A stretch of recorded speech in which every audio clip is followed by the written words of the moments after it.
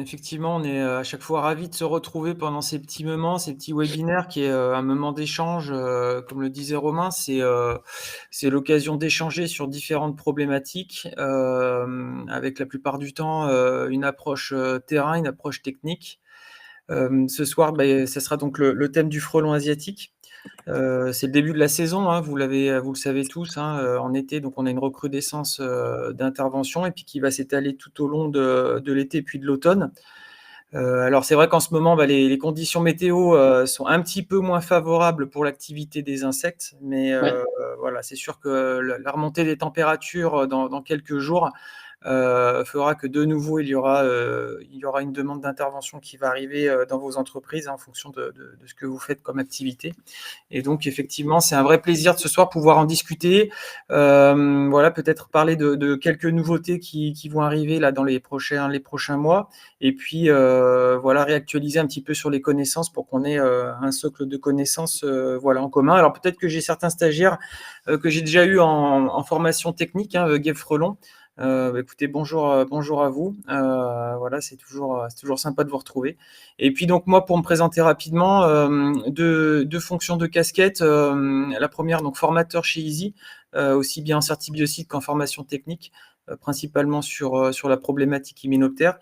Et puis la deuxième, voilà une entreprise donc de destruction de nids de guêpes, nids de frelons, donc avec une emprise du coup terrain, pour garder justement cette conscience, du terrain, ces difficultés auxquelles on peut être confronté. Et encore une fois, on a un discours, je pense que c'est quelque chose qu'on a en commun tous chez les formateurs, un discours de vérité. C'est-à-dire qu'on n'est pas que dans de la théorie, on est aussi et beaucoup dans de la pratique et vous amener des solutions techniques face aux difficultés que vous pouvez avoir parfois lors de vos interventions. Je pense que c'est une des choses sur lesquelles on a le plus à cœur chez Easy, dans le domaine de la formation.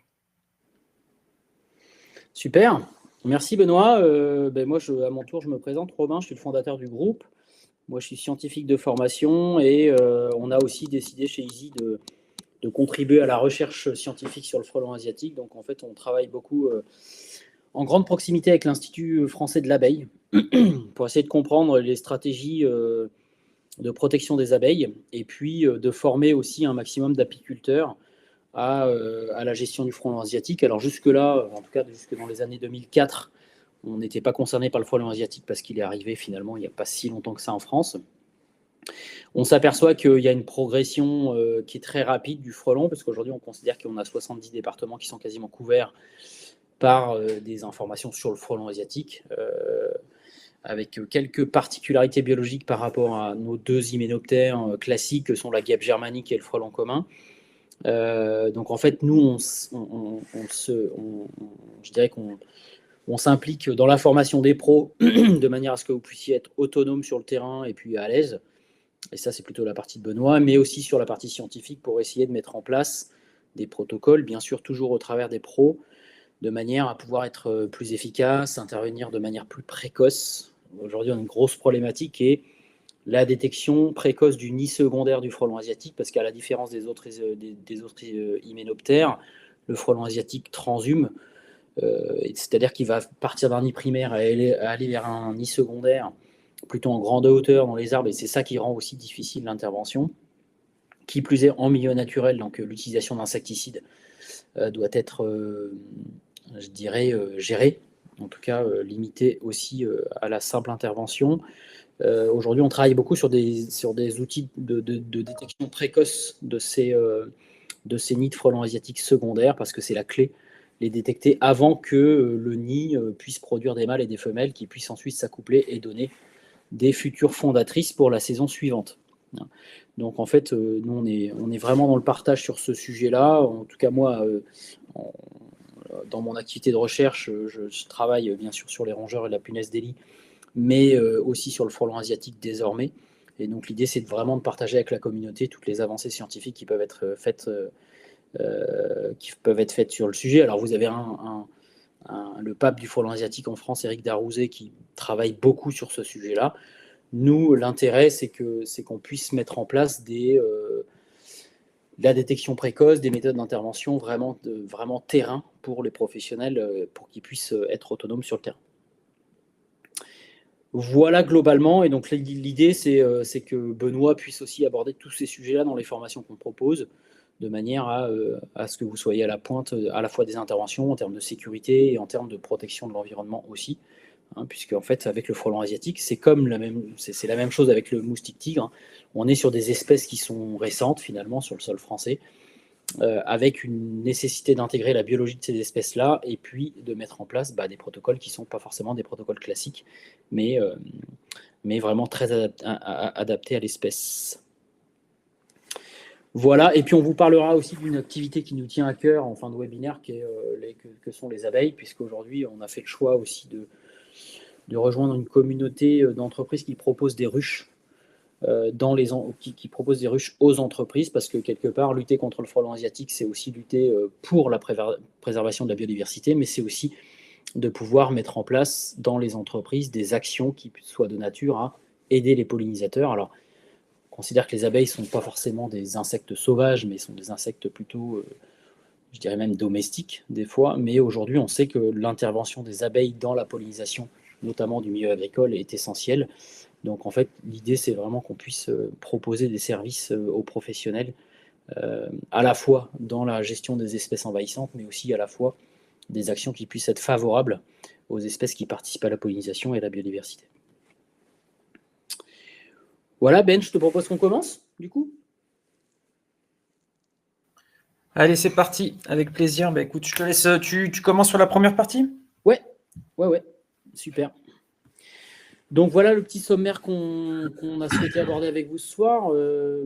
On a moins l'habitude de contextualiser nos webinaires vis-à-vis de ce qu'on va faire ce soir. C'est reprendre un cadre un peu général sur la biodiversité. Souvent, on a une clé d'entrée sur les espèces animales envahissantes, l'impact sanitaire, l'impact sur la biodiversité et les solutions de traitement.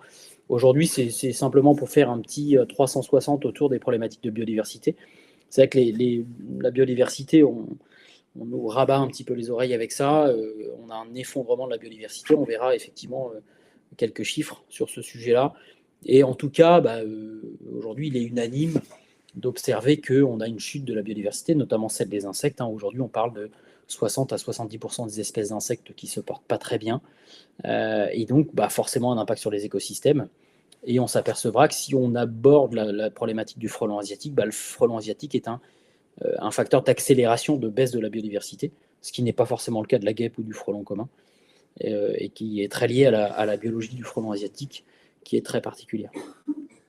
Un petit point sur le contexte des hyménoptères dans le domaine de la 3D, les espèces d'intérêt qui animent notre activité. Donc c'est vrai qu'aujourd'hui, on voit pas mal de photos sur les réseaux de guêpes polistes à la place. On prendra vos commentaires par la suite. Alors après, ce qui est important, c'est que vous donniez votre avis. Il n'y a pas de sujet, il n'y a pas de dogme ou d'idéologie. On est vraiment là dans l'échange. On peut avoir des points de vue parfois un peu différents sur un certain nombre de sujets, mais l'idée, c'est vraiment de discuter autour de nos différents points de vue. Ensuite, pour la partie méthode de lutte, matériel, bonne pratique, je laisserai Benoît prendre la main parce qu'il est bien plus affûté que moi sur ce sujet-là. Et notamment sur la partie 5, sur la lutte sur le frelon asiatique, et notamment la formation qu'on propose. Et puis, je reprendrai un petit peu la main pour vous parler des abeilles et je dirais l'enjeu pour notre profession de pouvoir se saisir de ces enjeux biodiversité pour les entreprises. Il ne faut pas forcément laisser ça à des cabinets environnement ou à d'autres intervenants dans les entreprises que celle de la 3D. Aujourd'hui, on a aussi un rôle à jouer dans, certes, la régulation des espèces envahissantes, mais aussi dans la proposition d'actions en faveur de la biodiversité, sur ce qu'on peut appeler des espèces positives, et en particulier l'abeille. Donc, les tendances de la biodiversité en France, mais comme dans beaucoup de pays, on l'entend, on le lit à longueur de journaux. On a de nombreuses espèces qui sont en voie de disparition, notamment les insectes pollinisateurs. Alors, il n'y a pas que les abeilles. Vous avez de nombreux pollinisateurs qui ne sont pas connus, qui sont des espèces sauvages. L'espèce la plus connue étant effectivement l'abeille, qui est il y a un char d'assaut de la pollinisation. Aujourd'hui, le monde agricole aurait du mal à se passer des abeilles. Moi, j'ai même eu l'occasion de visiter des serres dans lesquelles on produit des légumes et un certain nombre de fleurs, dans lesquelles on est obligé de lâcher des bourdons parce qu'on a un manque de pollinisateurs qui font le travail de transporter le pollen pour la fécondation des végétaux. Bon, principale cause de ce déclin, on aime bien mettre un point important sur ce qu'on appelle les pesticides aujourd'hui. C'est un peu plus complexe que ça, hein. Donc, on a une destruction des habitats naturels, notamment par l'intensification de l'agriculture, la pollution, le changement climatique. Effectivement, on voit qu'aujourd'hui, on a certaines espèces qui ont du mal à s'adapter à ces changements climatiques et puis d'autres qui en profitent. Je ne sais pas si vous avez vu, il y a un papier qui est passé il n'y a pas très longtemps dans un journal américain qui disait que le changement climatique peut être une principale cause de la pullulation des rongeurs en milieu urbain. Bon, c'est un tout petit peu plus complexe que ça, ce qui signifie que si c'est le changement climatique, on ne peut pas y faire grand-chose, donc on n'est pas responsable. La profusion des déchets et le manque de courage politique fait qu'aujourd'hui, on a une vraie pullulation des rongeurs en milieu urbain. C'est la même chose pour les insectes. Hein, on a un déclin qui est de toute façon résolument multifactoriel dans ce déclin des insectes et donc un impact fort sur la pollinisation. Et donc l'exploitation excessive des ressources naturelles, c'est très très lié à l'intensification de l'agriculture. Donc il y a des mesures qui sont mises en place par les entreprises et les particuliers pour protéger les espèces et les habitats, et notamment dans les entreprises, ce qu'on appelle l'engagement dans des démarches RSE, donc une responsabilité sociale, économique et environnementale des entreprises. Aujourd'hui, l'État prend à partie un petit peu les entreprises pour mettre en place des actions qui puissent être à la fois non pas défavorables, mais aussi favorables à cette biodiversité qu'on peut appeler une biodiversité ordinaire autour des entreprises. Hein, donc c'est vrai qu'aujourd'hui, les entreprises, y compris celles qui se financent par les banques ou financent par des investisseurs, sont de plus en plus regardées sur leur bilan carbone, mais aussi les actions qu'elles mettent en place pour pouvoir corriger leur bilan carbone et puis avoir des pratiques qui soient un petit peu plus favorables à la biodiversité. Aux USA, il y a Trump. Ah, Jean-Pierre est là. Salut Jean-Pierre. J'espère que ton fils est là. Un petit peu de biologie des hyménoptères, parce que c'est ce qui va nous intéresser ce soir. Hyménoptères, effectivement, ces insectes qui font partie de cette grande famille, des animaux bien sûr, mais qui font partie de cette grande famille des arthropodes. Donc arthropodes, c'est quoi? C'est squelette extérieur articulé. Donc on va retrouver les acariens, les arachnides, les insectes. Hein, cette grande famille, c'est de nombreuses espèces. Hein, donc les insectes sont intégrés dans cette grande famille des arthropodes. Alors effectivement, pour ceux qui font de la 3D plutôt en hygiène publique, on connaît la punaise des lits, les blattes, la mite alimentaire, les guêpes, les frelons. On a de nombreuses espèces dont on doit maîtriser la biologie dans notre métier de la 3D, ce qui fait qu'on fait un métier complexe et à la fois sur une science qui n'est pas exacte, qui s'appelle la biologie, pour laquelle en fait, la connaissance fine du cycle biologique d'une espèce est nécessaire à pouvoir comprendre comment je dois intervenir sur cette espèce et à quel stade cette espèce est la plus sensible à mon action. Donc, la biologie des hyménoptères répond globalement à la biologie des insectes volants, hein, donc on appelle les insectes holométaboles. Donc, holométaboles, c'est des insectes qui subissent une profonde transformation entre ce qui sont larves et ce qui vont devenir adultes. Et bien souvent, on associe ça à insectes rampants ou insectes volants. Les insectes rampants donnent naissance, enfin en tout cas pondent des œufs qui vont donner naissance à des nymphes qui vont déjà ressembler à ce qu'elles vont devenir adultes et qui vont grandir par des mues successives. Là, pour le coup, les hyménoptères, on est sur une autre biologie. On est sur des insectes qui pondent, à l'instar de ce que fait le moustique, pondre des œufs avec des larves qui vont devenir aquatiques et qui ensuite vont passer par un stade d'émergence et vont devenir volants au stade adulte. C'est tout à fait le cas des hyménoptères. Les hyménoptères, quand vous découpez un nid de frelon asiatique ou un nid de guêpe, vous voyez que finalement, il y a plein de larves dans les cupules, hein, dans les cupules du nid qui ne ressemblent absolument pas à ce qui seront volants, hein, puisque ces larves, en fait, apparaître nourries par des ouvrières, sont assez statiques, hein, dans leur cupule.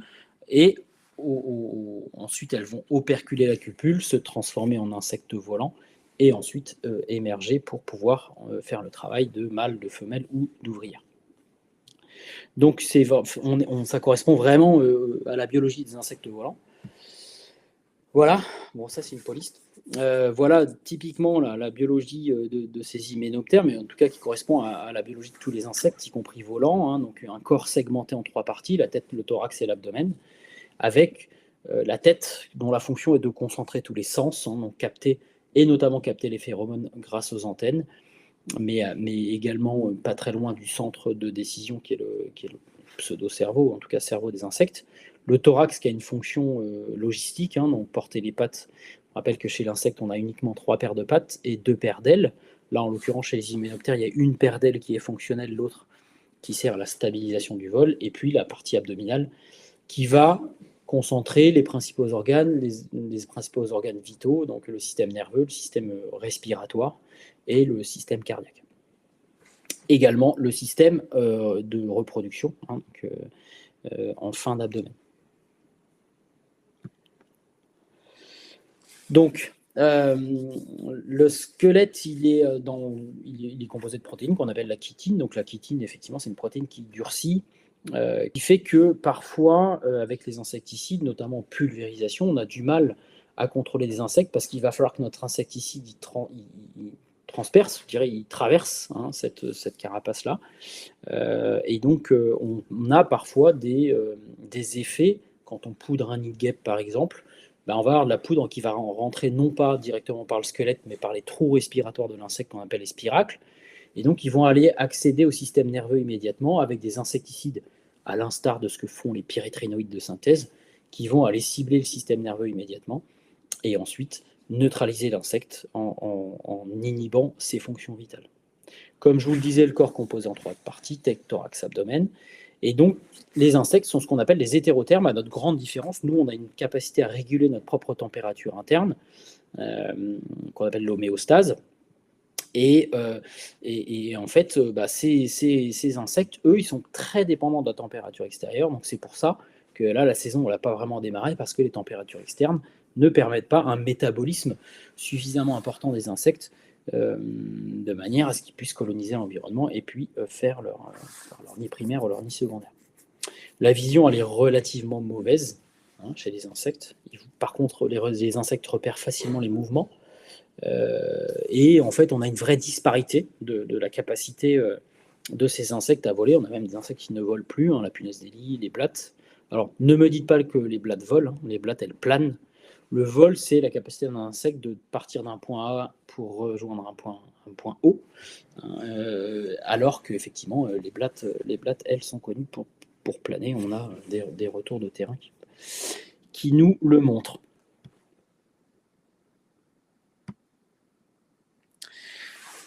Donc la durée du développement de l'œuf à l'adulte dépend de nombreux facteurs, notamment l'un principal driver qui est la température.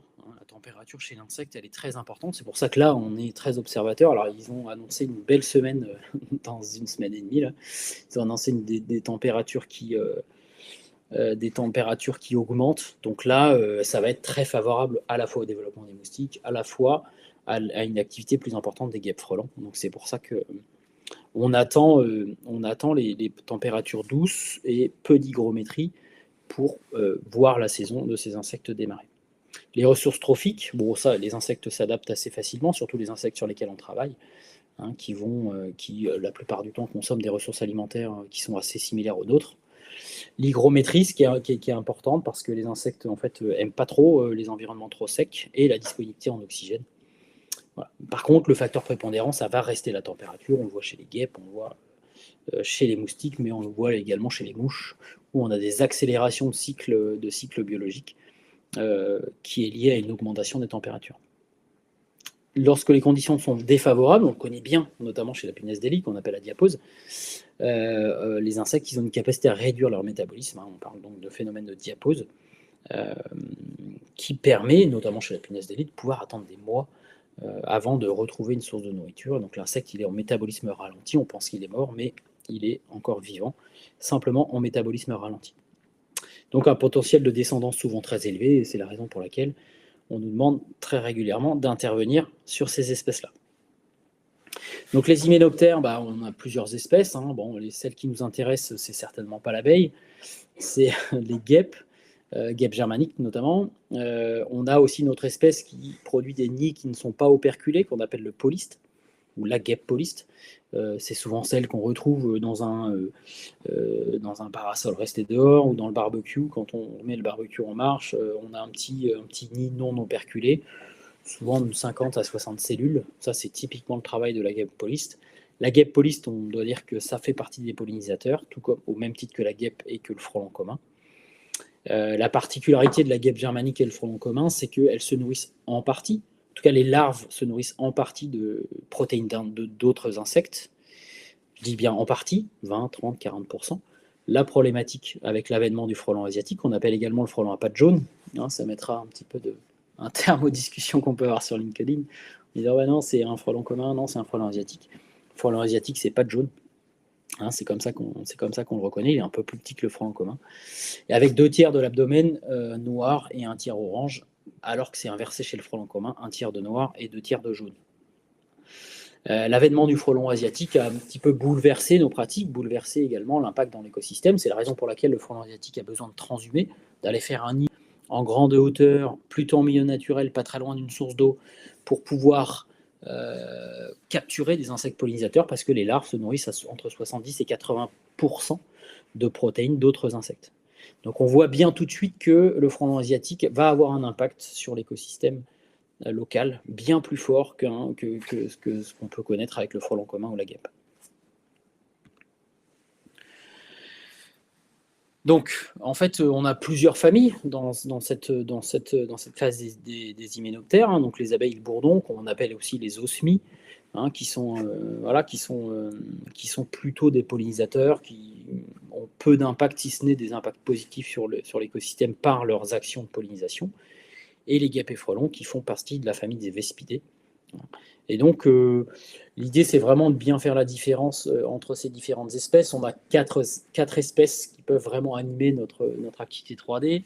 La guêpe polyste, bien souvent, en tout cas, Benoît vous le confirmera, bien souvent, le fait que le professionnel passe, retire le nid, fait qu'on n'a pas forcément besoin d'intervenir avec des insecticides. La guêpe germanique et le frelon commun, la même chose, si on n'a pas un risque immédiat pour la santé publique, si on n'est pas dans une cour d'école, si on n'est pas le long d'une maison, mais qu'on est dans un milieu assez naturel, il peut être indiqué de ne pas forcément intervenir sur ces espèces-là.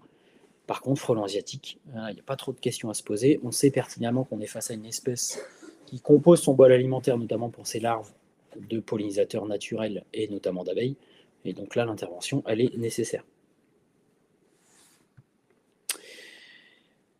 Le cycle de développement, alors au départ, effectivement, qu'est-ce qui passe la mauvaise saison? En fonction des insectes volants, ça peut ne pas être le même stade qui passe la mauvaise saison.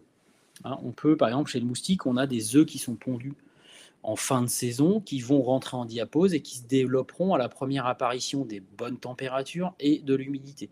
C'est le cas du moustique tigre. La femelle, avant de mourir, va pondre des œufs dans un environnement dans lequel on sait qu'il y aura de l'humidité, aux bonnes températures et à la bonne hygrométrie, ces œufs vont se mettre à se redévelopper. Ils sont capables de faire une diapause pendant 2-3 mois si les températures ne sont pas trop basses. Et donc, c'est l'œuf qui va plutôt passer la mauvaise saison. Chez les Vespidés, c'est l'inverse. C'est vraiment les femelles fécondées qui vont passer la mauvaise saison. Elles vont se planquer, elles vont se cacher dans les bâtiments, se mettre en diapause et attendre des jours meilleurs pour pouvoir ressortir.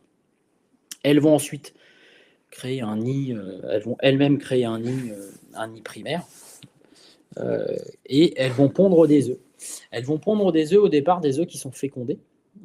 Pourquoi? Parce qu'elles auront été fécondées par les mâles avant de se mettre en diapause. Donc les œufs qu'elles vont pondre seront des œufs qui sont fécondés.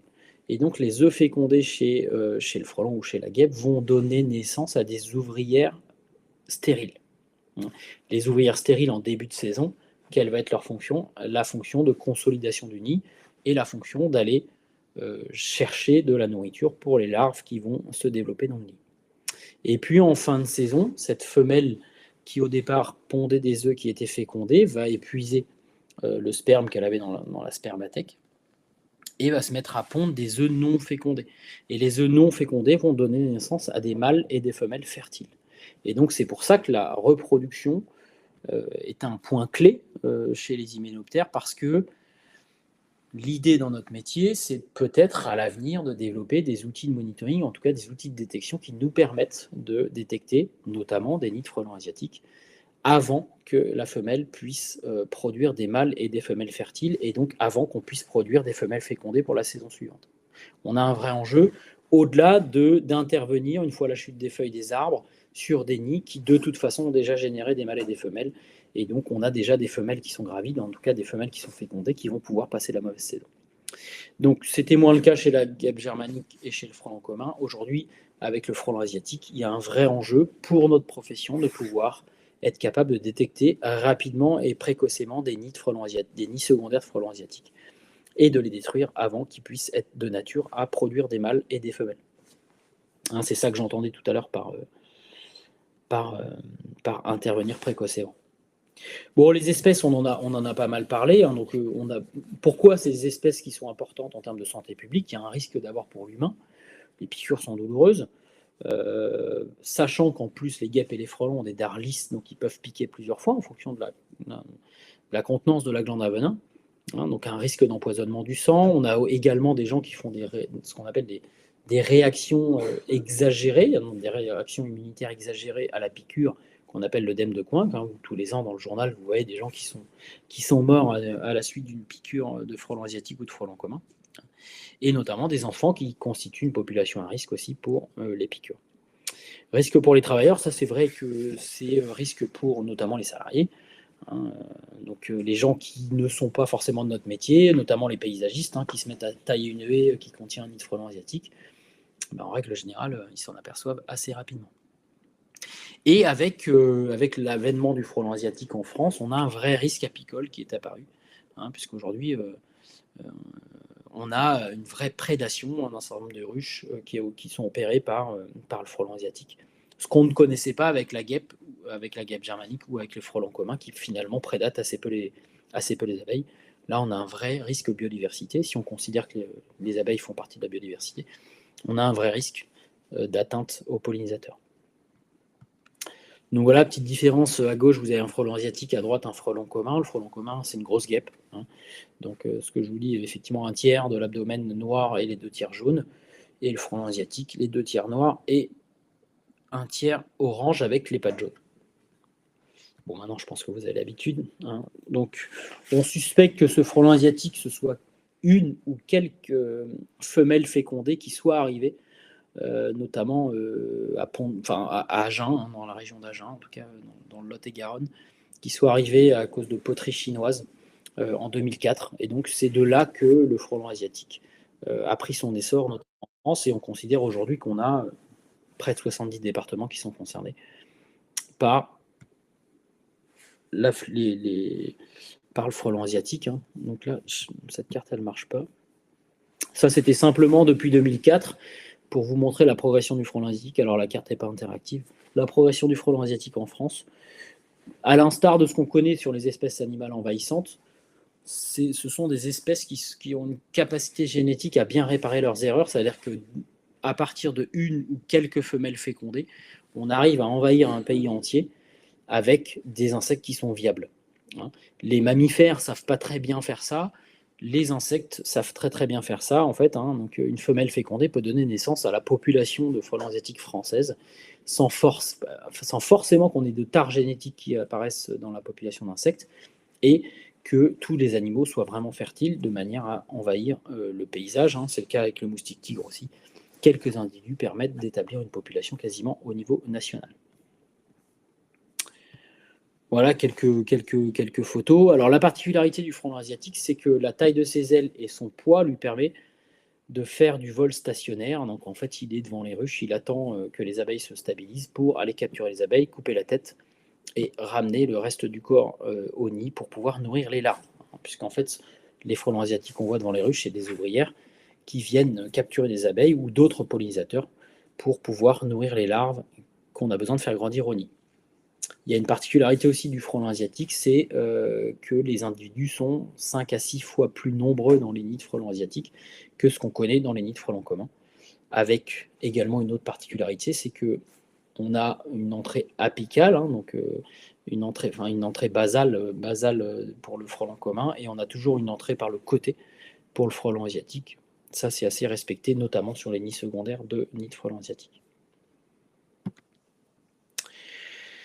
Donc en fait, c'est une nouvelle biologie, hein. On a dû apprendre assez rapidement la biologie du frelon asiatique, et effectivement, c'est aussi l'objectif de la formation de Benoît.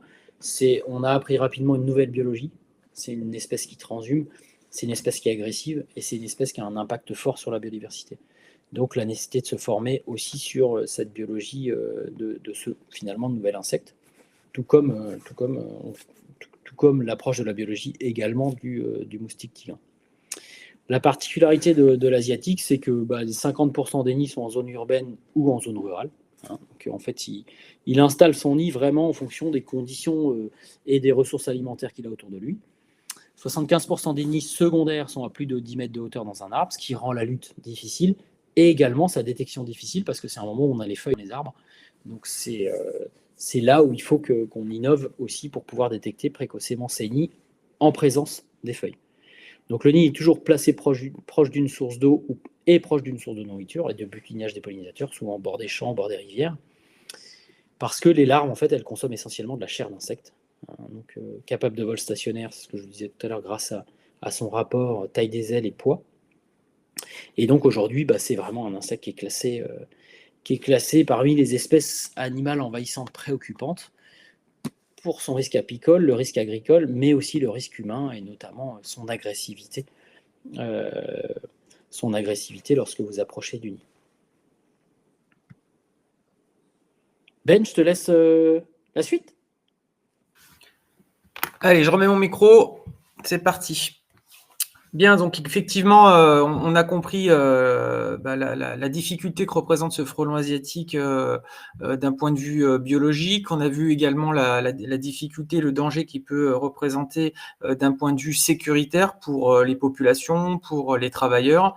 Et notamment, ce qui fait aujourd'hui focus au niveau de l'État, c'est la difficulté et le risque du frelon asiatique par rapport à la filière apicole. D'accord ?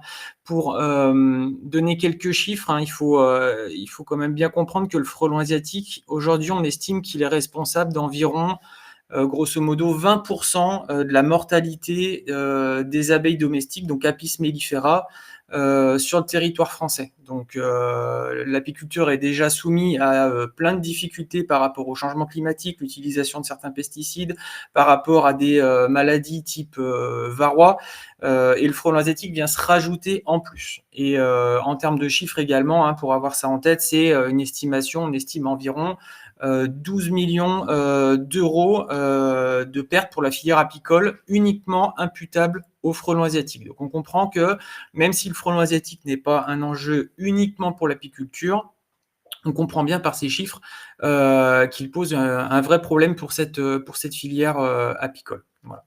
Du coup, le frelon asiatique n'ayant pas aujourd'hui de prédateurs naturels sur notre territoire, et Romain vous l'a bien expliqué, du fait de son apparition relativement récente sur notre territoire, les seuls en fait qui pouvons faire aujourd'hui de la régulation, hein, on ne parle plus de destruction, d'éradication, on parle bien de régulation d'espèces, hein, faire en sorte de faire baisser la pression de ces insectes sur un territoire, eh bien ce sera vous, les opérateurs 3D, qui allez vous y coller. Une chose qui est en train de se développer également, alors ça, c'est pas sur tout le territoire, mais c'est une grosse tendance qu'on observe, c'est également le retrait des services d'incendie et de secours, des sapeurs-pompiers, qui avant pratiquaient ces interventions et qui de plus en plus, en fait, sont redirigés vers d'autres missions et qui aujourd'hui ne font quasiment plus de destruction de ces hyménoptères. Et du coup, ça rajoute une charge supplémentaire pour vos entreprises par rapport à cette lutte. Voilà. Alors, les méthodes de lutte, Romain, tu peux mettre la diapo d'après. Donc, la première chose, hein, on le voit en certibiocide, pour ceux qui sont qui ont le certibiocide, la première chose à faire quand on arrive sur une intervention chez votre client, c'est le diagnostic, diagnostiquer la situation. La première chose qui me paraît évidente, je pense que c'est le cas pour tout le monde, mais qui est super importante, c'est identifier l'espèce en présence. D'accord? Le fait de vous avoir appelé, le client peut très bien se tromper, avoir fait une erreur, hein, ils ne sont pas des spécialistes. Et vous, du coup, en tant que, pour le coup, spécialiste, opérateur 3D, vous devez d'identifier l'espèce en présence et tout de suite faire la discrimination, c'est-à-dire si on est en présence d'abeilles, de bourdons, de pollinisateurs, hein, puisqu'on a aussi les osmies, etc. Clairement, ici, on ne fera pas de destruction. Et là, en tant que professionnel, moi, j'insiste là-dessus. Il faut vraiment rester, même si le client est insistant, qu'il vous explique toutes les problématiques qu'il a par rapport à ces insectes, ce sont des pollinisateurs, pas faire de destruction, c'est clair.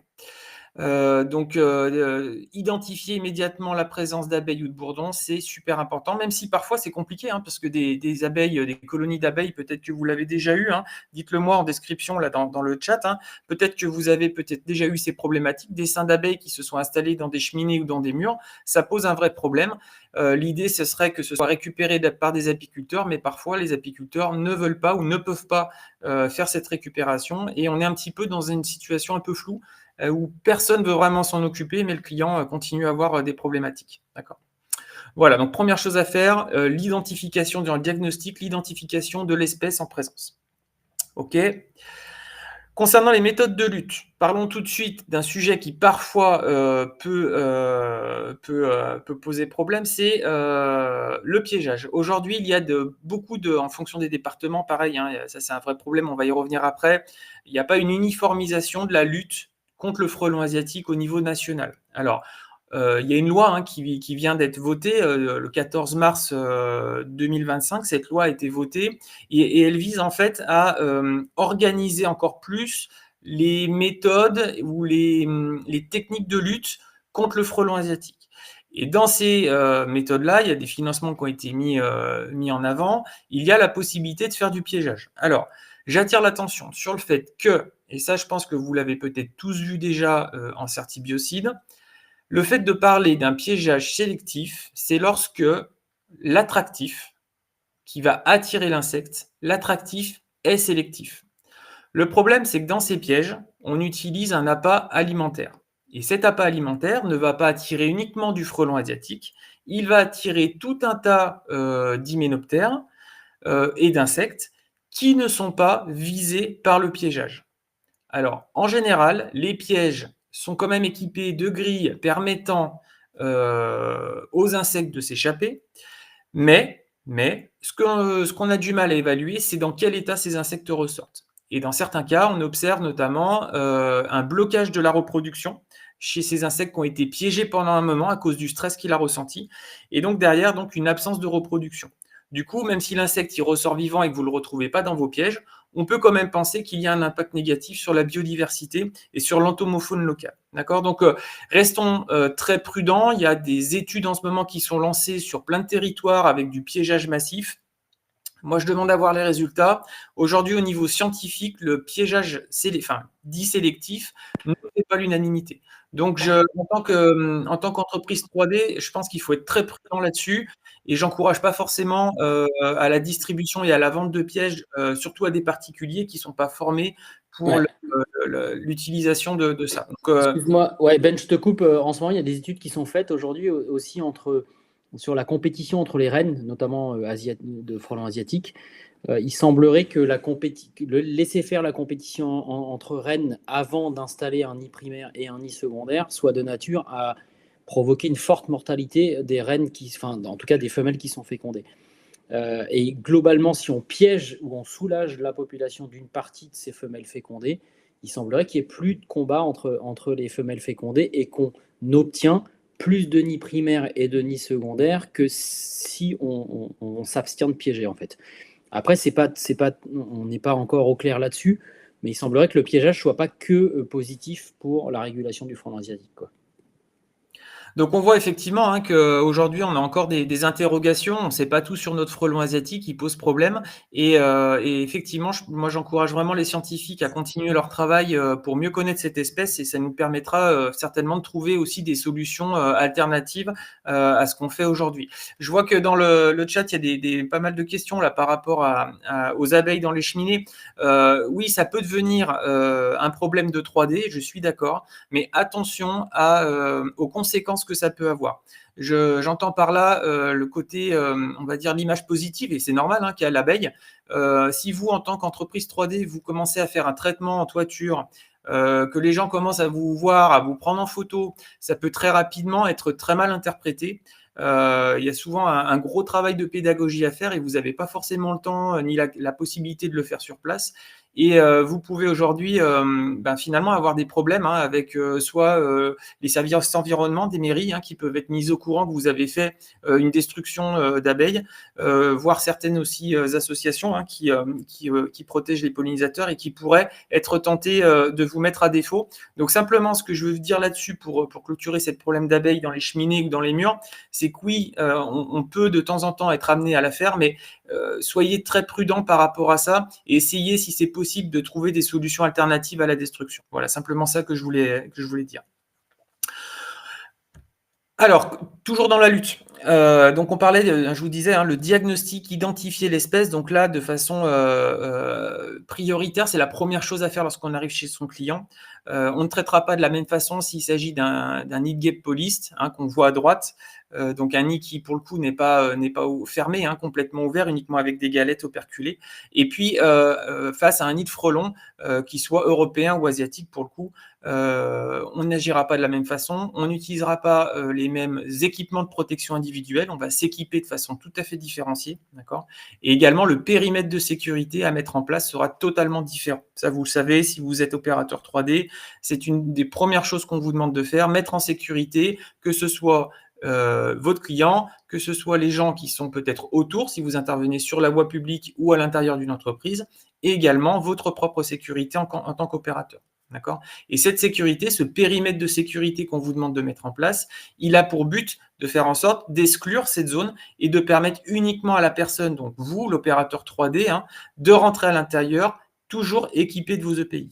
D'accord ? Ce n'est pas parce que vous avez connaissance de l'insecte que vous avez l'habitude que ça vous empêche de mettre vos équipements de protection. Je sais qu'en été, il fait chaud, ce n'est pas forcément agréable, mais c'est gage de sécurité au même titre que lorsqu'on manipule des biocides. On porte ses EPI adaptés, son masque de protection respiratoire, ses lunettes, protection oculaire et également des gants qui soient adaptés. Hein, d'accord, je rappelle, pour les gants à usage unique, c'est bien des gants qui soient normés EN 374. C'est ce qui va vous permettre d'être en sécurité sur la manipulation notamment des biocides. D'accord ? Une fois qu'on a identifié l'espèce, après on va se poser la question sur quel est le matériel, quelle est la technique que je vais employer pour pouvoir effectuer la destruction de ce nid. Donc ça, il va falloir avoir une réflexion et avoir une réponse graduée. On ne va pas forcément arriver directement avec une poudreuse de 5 kg pour poudrer un nid de la taille de 5 cm peut-être de diamètre. D'accord ? Donc effectivement, on va s'adapter. Petit rappel, si c'est donc des abeilles, récupération de préférence par un apiculteur. Hein, là, on est en pleine saison de ce qu'on appelle l'essaimage. Et c'est la pleine saison où on peut justement se trouver face à cette situation d'essaims qui ont quitté la ruche d'origine et qui vont chercher à se déplacer. Et à ce moment-là, il va falloir peut-être faire appel à un apiculteur. À partir du moment où le nid il est de petite taille, d'accord, on va parfois pouvoir utiliser simplement un aérosol. Ça peut tout à fait suffire. Que ce soit un aérosol d'insecticide, mais parfois je peux même vous dire que sur de la guêpe poliste de petite taille, on pourrait tout à fait imaginer d'utiliser un aérosol de froid, hein, une bombe de froid qui va congeler sur place les insectes. Alors bien sûr, vous amusez pas à faire ça sur un nid de frelon asiatique, ça ne fonctionne pas. En revanche, sur un petit nid de guêpe poliste dans un endroit qui est particulièrement sensible, comme une école, une crèche ou des jeux pour enfants, ça va vous permettre d'être efficace et de mettre 0 biocide sur la zone. Donc ça peut être éventuellement intéressant. Lorsqu'on avance un petit peu dans la saison, les nids deviennent plus importants, de taille plus importante. Et là, effectivement, on aura plus tendance à utiliser du traitement par pulvérisation, que ce soit liquide ou en poudrage. Aujourd'hui, on favorise quand même plus l'utilisation de la poudre pour plusieurs raisons. Le problème, c'est que le liquide, en étant pulvérisé au niveau du nid, va être absorbé par le nid, qui est une matière sèche, et va alourdir avec un risque en fait de décrochage du nid. Et là, on aura un effet qui sera contre-productif avec en plus une mise en fait à un accès au biocide que vous aurez lorsque le nid va tomber.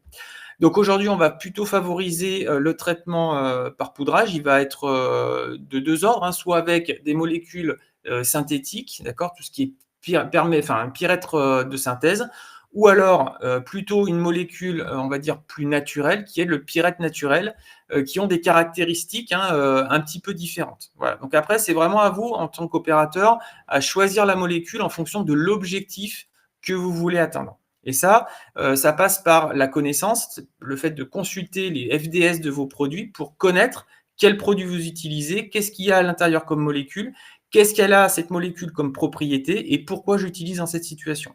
C'est ce qu'on parle notamment dans les formations Guêpes Frelons, où vraiment on vous sensibilise à faire un choix de vos molécules en connaissance de cause et en recherchant l'objectif. Peut-être qu'un nid de frelons asiatiques dans un espace naturel en extérieur, il sera beaucoup plus pertinent d'utiliser du pyrète naturel qui, pour le coup, a une rémanence beaucoup plus courte, qui aura la même efficacité, mais une rémanence beaucoup plus courte. Et puis, dans certains cas, lorsqu'on a un nid qui est très difficile d'accès, qui va demander d'être actif longtemps, d'accord, on va chercher plutôt de la rémanence. Peut-être que du coup, d'utiliser une molécule plus synthétique avec une rémanence et moins sensible à la photosynthèse, ce sera peut-être plus intéressant. D'accord. Donc, aérosol pro peut parfois suffire, effectivement. Importance de porter les EPI, d'accord, on y reviendra juste après. La plupart des insecticides qu'on utilise dans la lutte contre guêpes frelons ciblent le système nerveux central, d'accord. Ce sont des neurotoxiques. Et ces neurotoxiques, d'accord, il faut bien le comprendre, c'est pas de la farine, ça reste des produits qui est nocif pour notre organisme. D'où la nécessité, je le rappelle, de porter nos EPI de protection qui soient adaptés, ce qu'on a vu dans les certibiocides, d'un point de vue oculaire, respiratoire et protection au niveau des mains. D'accord. Donc, nécessité de se protéger. Ensuite, par rapport au risque de piqûre, le choix de la combinaison, pour moi, c'est quelque chose qui est indispensable. Alors, cette photo, elle montre quoi? Elle montre 2 générations de combinaisons. Peut-être que les plus anciens reconnaissent à droite, la bleu sombre, les combinaisons de première génération qui, pourquoi première génération? Parce qu'en fait, l'épaisseur du tissu était de quelques millimètres et ne garantit pas aujourd'hui une protection complète contre le risque de piqûre.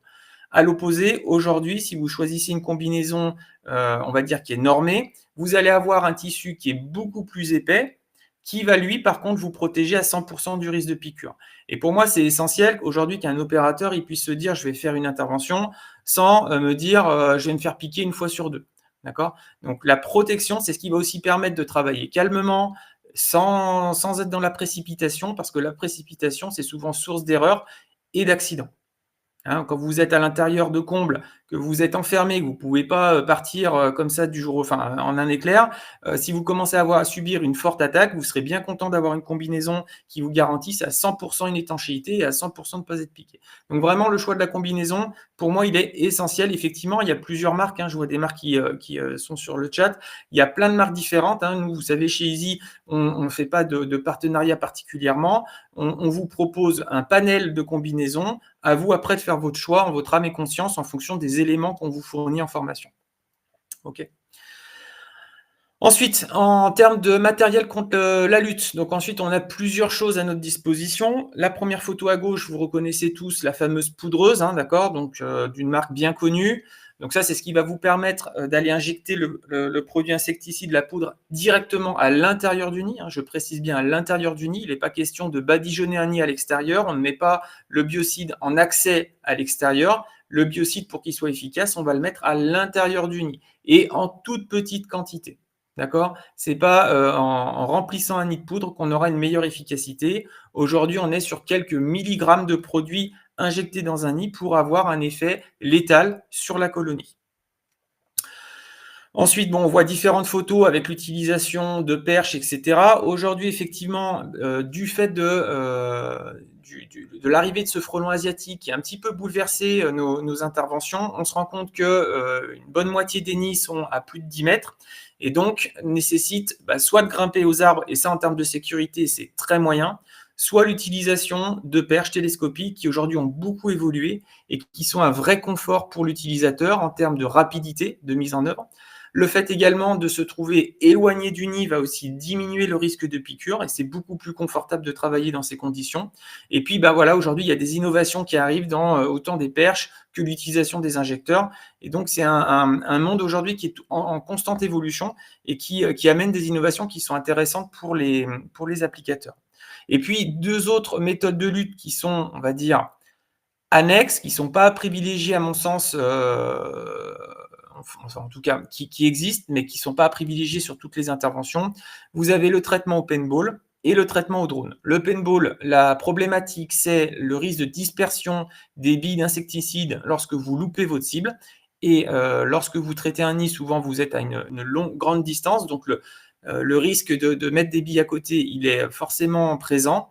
Et ces billes sont très difficiles à récupérer par la suite. Du coup, il y a un risque de mise en contact avec de la population. Et ça, c'est pas acceptable dans l'utilisation des biocides. Donc c'est pour ça que pour moi, le paintball, il peut poser problème. En revanche, effectivement, l'intérêt, c'est que vous allez pouvoir faire une intervention à proximité de conducteurs, que ce soit par rapport au fil Enedis ou à proximité de caténaires si vous travaillez avec la SNCF. Mais dans les autres cas, pour moi, le paintball, il ne doit pas forcément être utilisé. On a des alternatives bien plus intéressantes.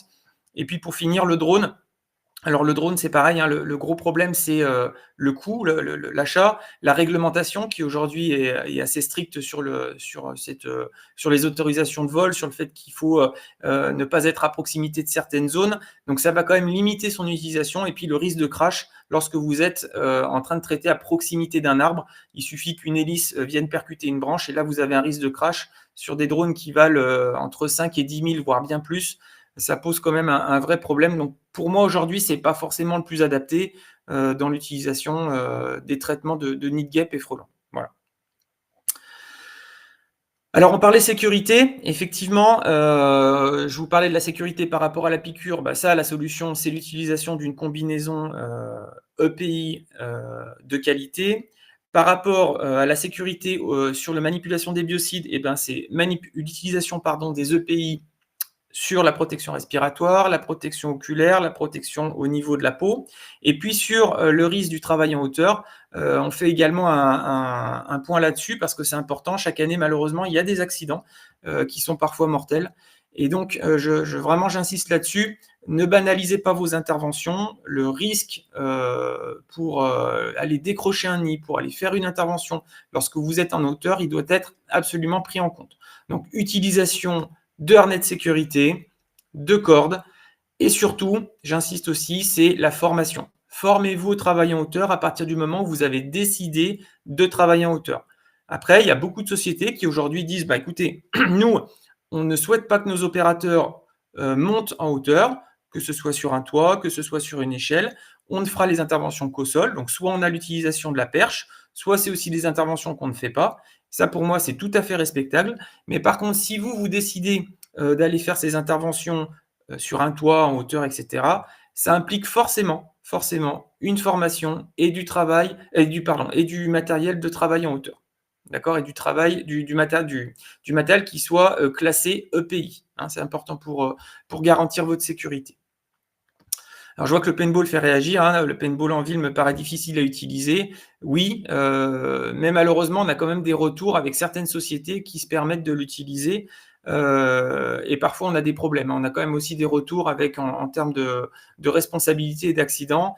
Donc, vraiment, soyez prudents là-dessus. Nous, on vous encourage pas à investir dans ce type de matériel qui pour moi, est à utiliser vraiment dans des cas très, très particuliers. Et puis, vous avez aussi un coût économique. Hein, ça vous fait une intervention qui coûte relativement cher, notamment dû au prix des billes, tout à fait. Alors dans les méthodes de lutte, nous on va avoir également donc une fois que le nid est traité, hein, le démontage des nids en extérieur. Donc ça ça pose aussi pas mal de questions dans le milieu de la 3D. Faut-il décrocher le nid? Ne faut-il pas le décrocher? Bah, en fait, souvent la vérité elle est au milieu en fait. Il y a pas de faut-il ou enfin faut le faire ou pas le faire. Souvent c'est en fonction de la situation. Clairement, vous avez un nid qui est à faible hauteur, vous allez pouvoir peut-être le décrocher proprement, le mettre directement dans un sac poubelle, l'enfermer et empêcher à 100 le fait que le biocide sorte du nid. À l'opposé, vous avez un nid qui est en très grande hauteur, 15-20 mètres. À ce moment-là, il est très compliqué techniquement d'aller décrocher un nid proprement. Si l'idée c'est de venir couper la branche, de faire tomber le nid, qu'est-ce qu'il va faire? Il va taper les branches, il va s'exploser et là on aura en fait une répartition du biocide de partout autour de l'arbre si c'est en extérieur. Donc, encore une fois, c'est vraiment l'opérateur qui sur le terrain va décider en fonction de la situation, en fonction de la hauteur, faut-il ou pas décrocher le nid. D'accord? Ça c'est important, c'est vraiment, mais voilà, il n'y a pas de règle stricte. Je sais qu'il y a des textes qui parlent du décrochage, mais en aucun cas c'est une loi stricte, c'est des recommandations. D'accord? Ces recommandations, elles sont tout à fait applicables dans les cas des nids de faible hauteur. Pour les nids de grande hauteur, pour moi, c'est pas bénéfique. Les insecticides peuvent affecter l'environnement et la biodiversité, hein, d'accord? Ces insecticides ne sont pas ciblés, ils vont agir sur l'ensemble des insectes et donc malheureusement, si vous faites un traitement avec une fuite de biocides dans l'environnement, vous allez avoir un impact négatif sur la biodiversité. Le risque des larves qui sont au niveau des nids, bah, effectivement, qui peuvent être consommées par les oiseaux si le nid reste trop longtemps, ça c'est vrai, tout à fait. Les insecticides peuvent percoler, c'est ce qu'on disait, hein. Le fait d'être aspiré par le nid va s'alourdir et le nid va risquer de se décrocher par son propre poids et qui peut poser des problèmes sur intervention. Les nids peuvent être compostés ou éliminés effectivement dans la filière de retraitement de déchets, comme indiqué lors du certibiocide, d'accord, hein. Les nids traités ne doivent pas se retrouver dans les déchets ménagers. Ils doivent être traités dans la filière de retraitement des produits biocides. Voilà, comme tout produit biocide, comme tout emballage. C'est exactement la même chose. Est-ce qu'on a une diapo après? Alors avant de passer à ça, je voulais quand même, vous rappeler qu'effectivement aujourd'hui on fait un focus sur le frelon asiatique. Sachez que, on a 3 autres espèces, hein, qui frappent à notre porte, qui malheureusement peut-être un jour feront notre apparition sur notre territoire. On a le frelon bicolore qui aujourd'hui, est sur le secteur, de l'Espagne, qui est déjà bien implanté en Espagne et donc, on a un risque, hein, qu'il passe, les Pyrénées et se retrouve un jour chez nous. On a le frelon orientalis, qui lui est plutôt du côté italien et Moyen-Orient, et qui pourrait tout à fait, par les transports de marchandises ou par simple déplacement, se retrouver sur notre territoire. Et puis le frelon mandarinia, qui lui aussi, malheureusement un jour, pourrait se retrouver sur notre territoire par le jeu des déplacements de marchandises et qui pourrait poser un vrai problème. Autre chose que je voulais aborder avant de parler du dernier sujet, c'est l'obligation de destruction. Il y avait une question tout à l'heure dans le chat. Alors, aujourd'hui, il n'y a pas d'obligation stricte pour les particuliers ou les propriétaires de terrain de faire une destruction de façon obligatoire. Ce que dit la loi, c'est qu'il y a une obligation, c'est plus vicieux que ça, il y a une obligation de déclaration. C'est-à-dire qu'aujourd'hui, on oblige la personne, le propriétaire du terrain, à faire l'acte de déclarer la présence du frelon asiatique, pardon, notamment sur les plateformes. D'accord? Mais l'obligation aujourd'hui de destruction et de payer l'intervention, aujourd'hui, elle n'est pas présente dans la loi. Voilà.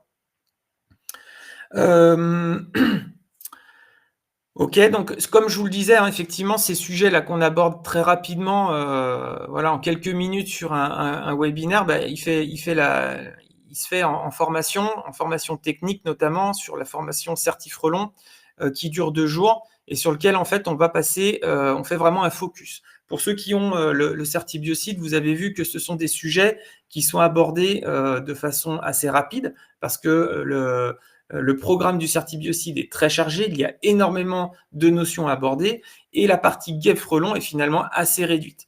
Donc, on vous propose sur 2 jours de vraiment parler uniquement de ça. ça va on balaye des sujets très vastes, on va sur la biologie, on va sur la connaissance des produits, on va sur l'essai et on a la chance aujourd'hui de pouvoir vous faire essayer énormément de combinaisons, énormément de perches également. On va sur le terrain, on se met à l'extérieur d'une salle, on se met en situation.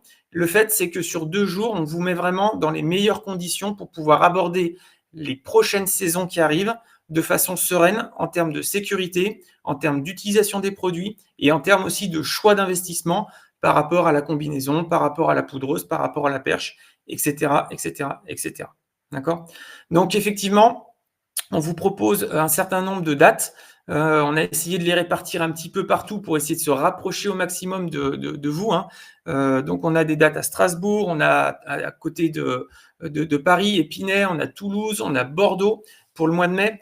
On aura aussi des formations sur Villefranche et puis plutôt dans le nord sur Arras. Voilà, donc on essaye un petit peu de vous proposer un panel de lieux de façon à être assez proche de vous. Et comme toutes les formations techniques qu'on vous propose, elles complètent, on va dire de façon concrète, le certibiocide. Le certibiocide, c'est une obligation réglementaire. La formation technique, que ce soit pour guêpes frelons, que ce soit pour les rats, pour les punaises, c'est vraiment un apport de connaissances et de méthodes techniques pour les opérateurs sur le terrain. Voilà, c'est en général des formations qui sont vachement appréciées parce qu'elles répondent vraiment à vos questions et à vos problématiques de terrain. Voilà. Romain, je vais peut-être te laisser la main pour la dernière partie. Si vous avez des questions, n'hésitez pas à les mettre dans le chat. Je crois qu'il y en a pas mal. J'ai vu que ça a défilé un petit peu. Romain a dû en répondre. Mais voilà, si vous avez d'autres questions, n'hésitez pas. On essaiera d'y répondre avant que le Ouais, pour tous ceux qui ont des questions, en fait, n'hésitez pas. Vous allez sur le site EasyPest et puis notre staff administratif vous répondra sur toute la partie prix, prise en charge par les OPCO, les CPF et tout ça. On est très au point là-dessus. Pas de souci. Donc, oui, n'hésitez pas à contacter directement les filles au bureau parce qu'elles sont bien au point là-dessus sur quel type de financement vous pouvez obtenir. Elles sont de bons conseils. Donc, vraiment, n'hésitez pas à les appeler directement. Ce sera mieux, je pense. Yes. Et puis, moi, je voulais faire la transition avec ça entre la lutte contre ce frelon asiatique qui est quand même très dynamique en France. Je vous le rappelais tout à l'heure, c'est près de 70 départements concernés. Aujourd'hui, il y a aussi d'autres actions qui sont, me semble-t-il, de nature à être proposées par notre profession, notamment aux entreprises. C'est de se dire, l'entreprise, elle intervient sur les espèces animales envahissantes, mais demain, le professionnel, il doit aussi être capable de pouvoir proposer des actions sur la biodiversité et sur les espèces positives. Et c'est pour ça que nous, on a choisi de pouvoir accompagner les pros à la mise en place de ruches dans les entreprises, parce que détruire les frelons asiatiques, c'est bien, mais aider les abeilles, c'est aussi important. Donc, en fait, il y a beaucoup d'entreprises. En tout cas, on a lancé ce service depuis le début d'année de mise en place de ruches dans les entreprises, parce que c'est aussi un autre axe qui permet de préserver la biodiversité, de la développer avec les abeilles, de restitution aussi de miel aux entreprises. Et un certificat RSE en fin d'année.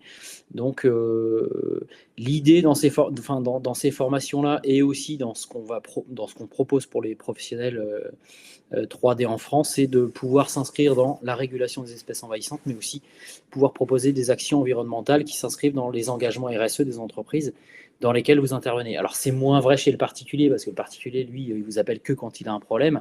Et le RSE, il est un petit peu loin de ça. Mais les entreprises, si vous avez des contrats ou avec des grands groupes, aujourd'hui, il n'y a pas une entreprise qui n'a pas un projet RSE et qui n'a pas inscrit dans son projet RSE pour préserver la biodiversité par le compostage, par la mise en place de ruches, par la mise en place de nichoirs à mésanges et autres.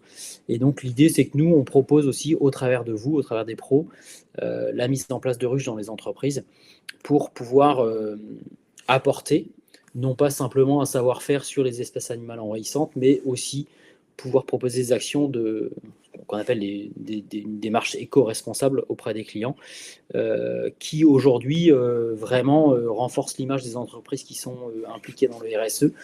Et donc, si ça vous intéresse, on est en train de mettre en œuvre cette démarche de positionnement de ruches dans les entreprises.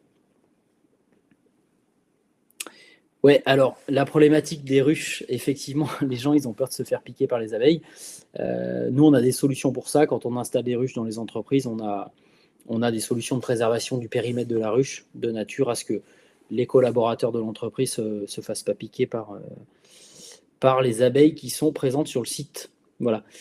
Et oui, chauve-souris. Alors, chauve-souris, effectivement, c'est hyper intéressant, Sébastien, que tu dises ça. Le chauve-souris, c'est 5000 moustiques par nuit. Donc, aujourd'hui, il y a l'insecticide pour traiter les moustiques, larvicide, adulticide, les pièges.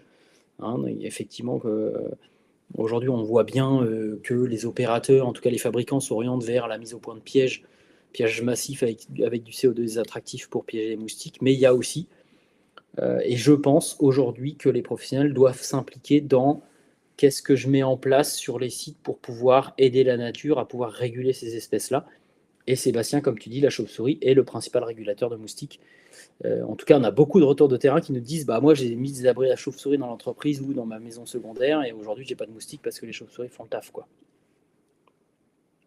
Oui, on travaille avec un réseau d'apiculteurs locaux, professionnels bien sûr, mais oui, effectivement, on traverse pas la France pour aller entretenir une ruche. Donc, en fait, l'idée, c'est que dans le service qu'on propose au travers des professionnels, c'est des apiculteurs pros qui font la maintenance des ruches.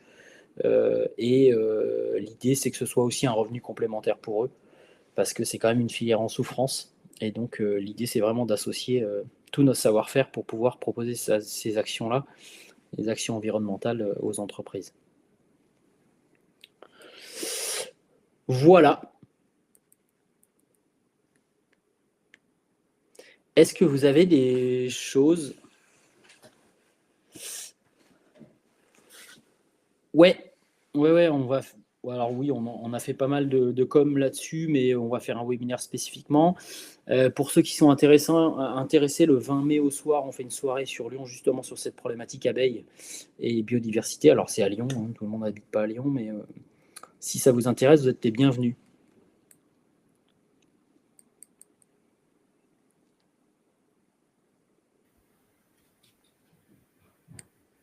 Et puis n'hésitez pas à répondre aussi s'il y a des thèmes que vous voulez voir abordés dans nos webinaires, ce sera avec grand plaisir.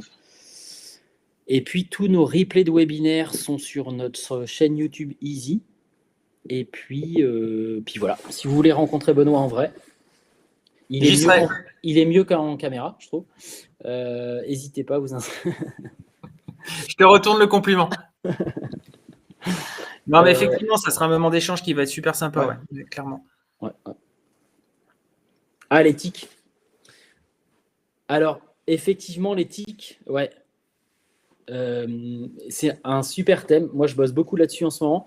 Les tiques en France, c'est quand même une grosse problématique, notamment une espèce qui est très problématique en France qui s'appelle Ixodes ricinus, qui transmet un truc qui s'appelle la borréliose de Lyme. Borréliose de Lyme, c'est la maladie de Lyme, c'est 75 000 cas par an en France, une problématique qui n'est pas très prise en charge par les autorités et la santé publique. Je pense que c'est une vraie problématique de santé publique, et donc je prends le point. Alors, qu'est-ce qui m'a dit ça? Je prends le point, Marie-Laure. Et je t'assure que d'ici septembre, on fait un truc sur les tiques. Pas de souci.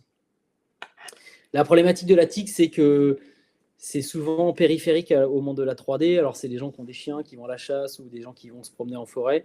On est rapidement dans un milieu extérieur et notre monde de la 3D intervient très peu sur le milieu extérieur. Donc on est vraiment à mi-chemin entre une problématique outdoor et une problématique 3D, mais oui, on fera un point là-dessus, pas de souci. Puis si vous voulez voir le replay, écoutez, ce sera sur notre chaîne YouTube Easy Group, pas de souci. Et puis pour ceux qui veulent s'inscrire, écoutez, vous appelez au bureau. Je ne sais pas s'il y a quelqu'un qui peut mettre le numéro du bureau. Moi, je ne l'ai pas. Mais n'hésitez pas à vous inscrire. Et puis, c'est une belle formation.